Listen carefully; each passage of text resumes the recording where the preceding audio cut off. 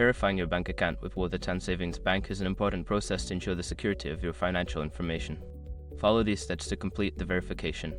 Step 1. Gather required information. Collect all necessary information such as your account number, social security number, and any identification documents that may be required for verification. Step 2. Access online banking.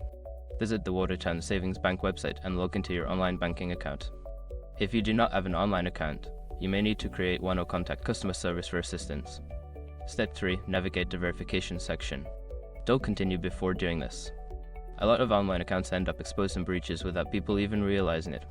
Use SROC to constantly monitor your email accounts and get alerted immediately if your information gets leaked online. It scans billions of breached records 24/7 in the background. And honestly, for a few dollars a month, it's something everybody should probably have. Link in the description. Step 4. Submit verification documents. Upload or submit the required documents as prompted. This may include a government-issued ID or proof of address. Ensure that all documents are clear and legible. Step 5. Confirm verification completion.